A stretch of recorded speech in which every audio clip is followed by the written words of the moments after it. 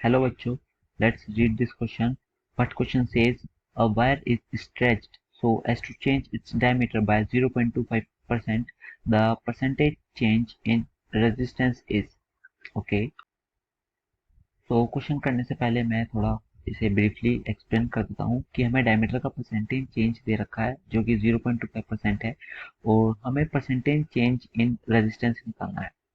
तो देखो इस क्वेश्चन में करते क्या है कि लेट्स से ये हमारे पास कोई एक वायर है जिसका क्रॉस सेक्शन एरिया ए है और लेंथ एल है, और अगर हम इसको स्ट्रेच करेंगे, मान लिया कि एफ फोर्स से दोनों तरफ से हम पकड़ के खींच रहे हैं, तो इसकी कुछ लेंथ में चेंज आएगा।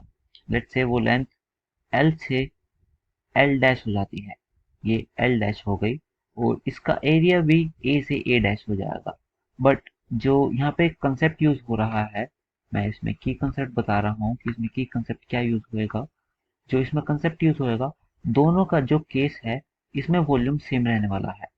Volume remain same in both cases, क्योंकि हमने ना तो इस वायर में से कुछ कट करके कहीं और लगाई या फिर इसमें कुछ एक्सटर्नल ऐड नहीं किया, तो इसमें वॉल्यूम सेम रहने वाला है।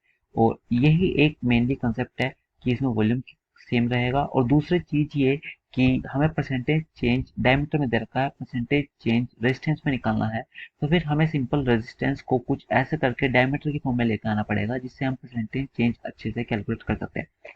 तो लेट्स सॉल्व फॉर दिस। तो पहले केस में जो वॉल्यूम हो जाएगी वो एरिया इनटू लेंथ, सिंपल ऐसे मैं लिख सकता हूँ। और जो रेजिस्टेंस की वैल्यू है which is rho times l by area. Rho is resistivity, इस मटेरियल की कोई रेजिस्टिविटी होगी, लेट्स से इसकी रेजिस्टिविटी रो है, तो उसका रेजिस्टेंस रो एल अपॉन ए होता है।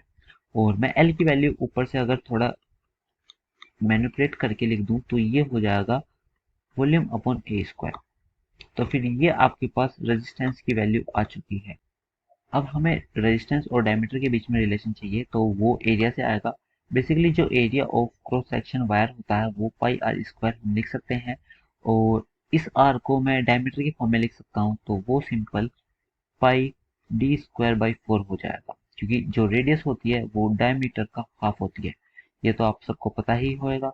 तो मैं इस एरिया को ऐसे लिख सकता हूँ पाई डी स्क्वायर बाई 4। अब बस इस एरिया को यहाँ पर हमें पुट करना है और इसे आगे सॉल्व करना है। मैं नेक्स्ट पेज पर करता हूँ। हमारे पास जो पीछे रिलेशन आया था वो ये था, और एरिया की जो वैल्यू थी वो पाई डी स्क्वायर बाई 4। अब मैं इस एरिया की वैल्यू को इसमें पुट कर दूंगा, तो फिर हमारे पास रेजिस्टेंस और डायमीटर में रिलेशन आ जाएगा, क्योंकि हमें अल्टीमेटली वही चाहिए। तो ये आ जाएगा pi square D rest power 4 into 16, वो 4 स्क्वायर ऊपर जाएगा तो इंटू 16 हो जाएगा। अब देखो हमारे पास ये डायमीटर और रेजिस्टेंस के बीच रिलेशन आ चुका है, तो हमें निकालना क्या था कि परसेंटेज चेंज इन रेजिस्टेंस निकालना था। तो एक काम करते हैं, हम लोग ले लेते हैं दोनों तरफ, टेक लोग बोथ साइड। तो इससे होएगा क्या कि ये तो एल एन आर बन जाएगा, और ये जो टर्म है ये एक कांस्टेंट की तरह बिहेव करेगी, क्योंकि इसकी सबकी वैल्यू फिक्स रहने वाली है।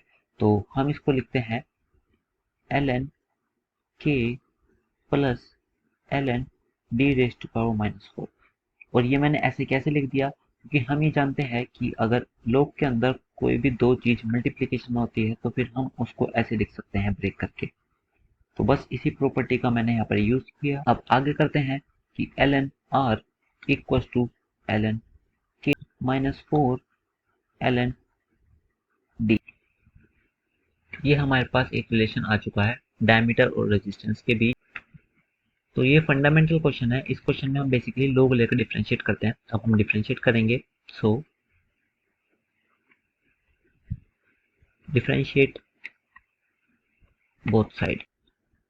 मैं यहाँ करता हूँ एल एन आर का differentiation d r by r. L n k is constant, तो इसका differentiation 0 -4 times d d by d. और मैं इसको ऐसे भी लिख सकता हूँ कि delta r by r equal to minus का 4 times delta d by d. अब हमें परसेंटेज चेंज इन रेजिस्टेंस चाहिए, तो दोनों तरफ 100 से मल्टीप्लाई कर देंगे तो फिर ये आ जाएगा इंटू 100 माइनस का 4 times delta d by D into 100। अब देखो हमें इसकी वैल्यू गिवन है, जो ये है ना इसकी वैल्यू हमें ऑलरेडी गिवन, तो फिर ये क्या आ जाएगा कि -4 टाइम्स इसकी वैल्यू कितनी थी 0.25, तो फिर ये आ जाएगा माइनस का 1। बेसिकली ये आपके पास परसेंटेज चेंज इन रेजिस्टेंस की वैल्यू आ चुकी है। और अगर हम इसका सिर्फ मैग्नीट्यूड कंसिडर करें तो 1% आएगा, क्योंकि माइनस का सिग्निफिकेंस यहाँ पर ये है कि अगर डायमीटर बड़ा होगे तो रेजिस्टेंस कम होएगा और इतने परसेंटेज से कम होएगा। So it's final answer is 1%। Basically c option is the right option. I hope you all understood. Thank you very much. Take care.